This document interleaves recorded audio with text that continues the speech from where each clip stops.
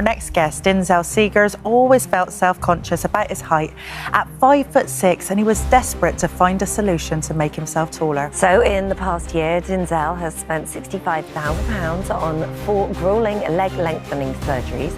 He's still in recovery, but now stands at 6 foot tall, having grown a massive 6 inches. 6 inches, and he joins us now all the way from Atlanta to tell us more. Good morning, Good morning. Denzel. It's just Good morning. Good morning.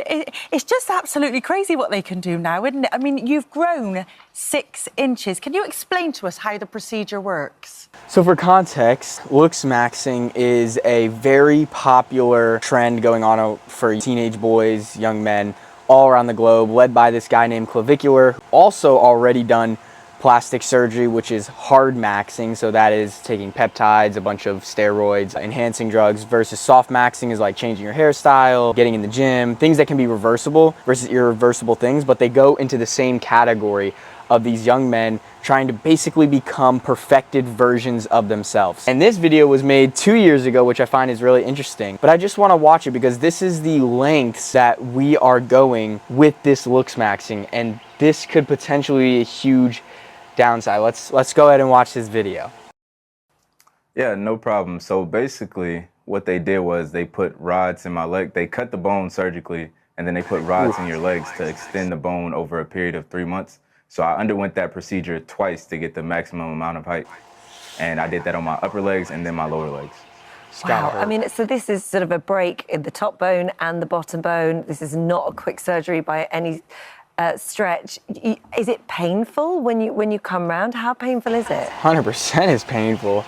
So it's probably one of the most significant pains that I've underwent in my life. And I did do 8 years in the military. So it was very painful, but that's really most of the pain is in the first 2 weeks. After that first 2 to 3 weeks, the pain is reduced significantly, but it's still there. But for me, it was just something that was worth it. So I was willing to undergo it. And the surgery, I mean, it can cost up to £130,000. £130,000. You know, it really quite bothered you. So he paid almost $100,000 USD to get this leg lengthening, instead of just accepting that he's a short king. I'm only 1 to 2 inches bigger than this guy. But you gotta accept that you're a short king, my man. You can't fake it and become a tall prince. You don't want to do all that. Come on now. But $100,000 to grow 6 inches. And for reference, I know they don't really mention the downsides in this video, but the long-term negative side effects of this is he might not be able to efficiently move the exact same way he was before. So if he was an athlete, for example, or he ran certain meter dashes at a track race, he wouldn't be able to do some of those things that he was able to do in the past because of this bone structure break and then that metal rod going inside. It ruins his natural body's physique. And so when it ruins that, it could have those negative side effects of you just won't be able to move as easy as you were before this procedure. Anyway, but this guy seems to be a pretty smart dude. I mean, he should have just accepted it, man. He embraced the uniqueness. What is it that you wanted to be taller? Was it to try and get more women, or was it That's something huge. within yourself? Why did you want to be 6 foot? That seems to be the biggest thing. Why did you remain 5'6"? So for me, I went through most of my life, especially my teenage years, I went through most of my life basically feeling like I wasn't good enough. I was made to feel good enough, mainly by those who were close to me, like friends, family, all these different things. And my height was always the butt of the joke. So I did a lot of different things to improve myself. But for me, it was just never enough because height was still always that one thing that was kind of in the back of my mind. And then as soon as I found out that there was a way that I could change it, that's when I was like, okay, this is absolutely like what I want to go through with. Because you'd had tried other ways, hadn't you, before sort of doing the surgery? There were different... Absolutely. Yeah, just explain some of those things you'd been doing. When I was... Actually, I've done this for the last few years, since I was a teenager all the way up through my adult life. But I put inserts in my shoes that would give me like an inch or two in height, or I would That's popular. use something called an inversion table, but that basically hangs you upside down and decompresses your spine. Yeah, those are good. A little bit of extra height off of that. And I also did something called spinal alignment because my spine wasn't entirely straight. So I did that to get I was just trying to get as much height as I possibly could. But this was the only permanent solution. So it seems like this guy obviously has an insecurity around his height, which makes sense. There's a lot of people that are shaming him in these comments and stuff like that, and I hope that you guys don't think that this is the video like that. I just want to deeply talk about the lengths that people go for this looksmaxxing or try to reach this perfection state instead of embracing some of those uniqueness, those things that cannot change up into your epigenetics, right? So if you eat healthy when you're younger, which I did not, I could possibly be a little bit taller. Or if you work out and you know, sprint produces a lot of growth hormone, 400% more growth hormone, then these type of things can max out your epigenetics. But of course, there's always going to be that genetic limitation, right? And I see this a lot of the times with people that are wearing a lot of makeup, for example, for women. Or for men, they use these shoulder pads, and like he said, they use these height boosters, and they also use like different tanning solutions on their skin or peptides. People have those natural things, you know, height, your skin color. These are the things that make us unique. You see, if everybody was the same, if everybody was 6 foot, then people would look at the person that is under 6 foot as the anomaly. They'll look at that person as someone of higher status because it's unique. And I think where this is bad is we're going down a rabbit hole of everybody's trying to be the same, trying to be this best version of themselves. Mog everybody else is the word they use, except if everyone is quote unquote mogging or everyone's a 10 out of 10, then it just resets the baseline. So nobody's a 10 out of 10. And I feel this guy. I think, I mean, it's sad. I mean, yeah, I've been made fun of for my height my whole life too. But there gets to a point where, like I said, there's that embracing that uniqueness about me. I don't really care that I'm 6'5" or 5 foot anymore. It's just something that is not even in the back of my mind anymore. But let's keep watching this video. Because it is, I mean, it's not a surgery to be taken lightly. There's a lot of health risk behind this. Infection, arthritis, nerve or muscle damage, blood clots. 100%. Were you scared at all before going into this? That's what I'm worried about most, is the negative side effects. Yes. I was definitely nervous, but I was a person that understood if I give it my best, it would greatly reduce these occurrences, especially I eat really healthy, I take care of my body, and I told myself, I love this. I really want, and I'll do everything I can to reduce the possibility of these things occurring, even though there's no way to completely get rid of those chances. Come on, man, you're killing me. He's already a smart dude, you could tell. He's eating healthy, he's already working out, he's doing the things that we as humans should naturally do already. No. Oh my gosh, he did not need this surgery whatsoever. This guy is a smart guy. The right person will find him if that's what he's worried about. We checked with you off air if you're right with this, and we're going to ask you to stand up now so we can see the results of your surgery. How do you feel now? I mean, you're 6 inches taller than you were, having spent your whole life. I mean, you can tell by the way he moves that it's just a little bit, it's definitely, he's still in that 2-year phase or recovery phase for sure. I hope that changes. As you stand there now, how do you feel? It's actually it's interesting to see what life is like on the other side. Like, I had no idea that my life would improve so much with height. And honestly, I didn't realize how tall 6 foot was until I started going back outside and being around friends and family. And I realized I'm actually one of the tallest people, in most places I go outside, like a few places here and there, like the gym. Wow. But it's definitely been life-changing. We're just looking at a before and after photo, and that's extraordinary, isn't it? It's unbelievable. So that's your recovery process. Can you do all the things that you could have done before? Like, can you go for a run? Can you go for a walk? Okay, or can you do squats? Are you restricted in any way now? So all of my bones in my legs are still currently broken. It takes about 6 months to a year to heal. Mine will be closer to the year mark because I did surgery twice. But once I fully recover, I'll be able to do those things that I could before. Right now, I'm just getting to a state where I'm trying to push the limits. I'm trying to run, jog, do different things like that. But I am not there yet. The recovery is it's a very long process.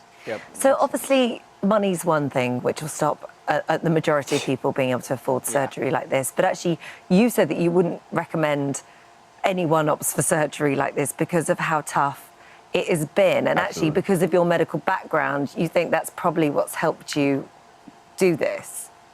Absolutely. I'd say I wouldn't recommend it to anyone, mainly because not only is it physically strenuous on the body, but it's also very mentally tough. Like, you have to understand you're in pain every day, the entire process. It's hard to sleep. It was some nights I would go like so many nights without sleep.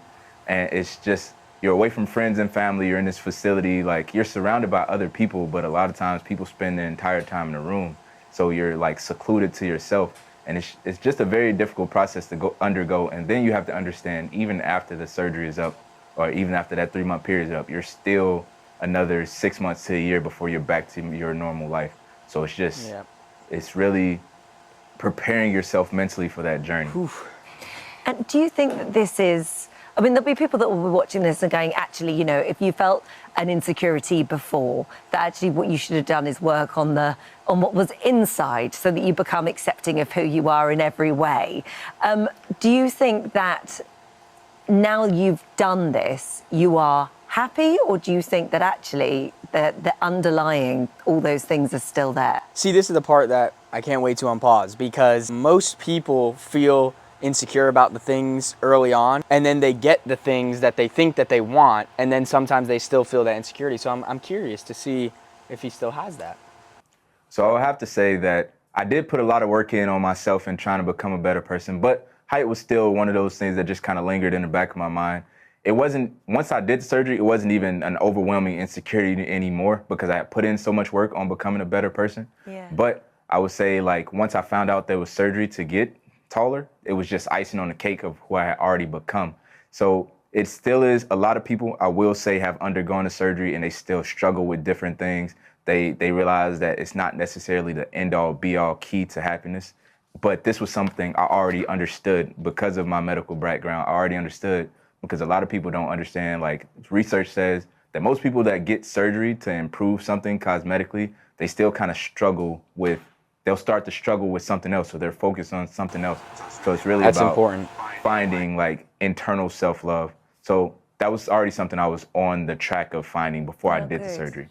Oh, Denzel, we wish you all the luck in the world. So I love that. You know, I really hope that this guy's life turns out amazing. I really hope that he's happy with his surgery, and that maybe there is no negative long-term side effects and everything goes perfectly well. I really do hope that. I don't know if that's going to be 100% the case or not. I just think that the only downside here, the only issue is, like he mentioned, that some people do these surgeries and they still feel a level of insecurity because they're always nitpicking the insecurity. They're always having their focus in the wrong areas. And so once they fix that area, the focus just goes to another wrong area. What I like about this guy is he said that he was working on this, on his insecurity, on his internal self-love beforehand. He still feels the same way.